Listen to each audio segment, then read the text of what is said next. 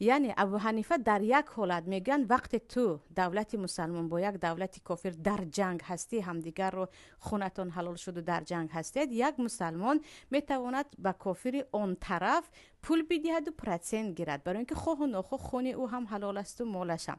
نه اینکه مسلمان رود و از او، یعنی مسلمان رود و به او پارد ابو بخشد پرسنت که او فایده گیرد. این مسئله وجود نداره. یعنی در یگان ابو حنیفه رحمت الله علیه گفتگی نیستن که تو میروی به یک کافر 20 سال و 30 سال پول ایپوتک میتی یا گفتیم کردیت میتی یا از او قرض میگیری و به او چی میدهی، از سالهای دراز دیگر پرسنت میدی. این چیز وجود ندارد. و آنهایی که میگید ابو حنیفه اجازه دادن، یعنی به کدوم کتاب نگاه کردگی هستن من نمیدونم.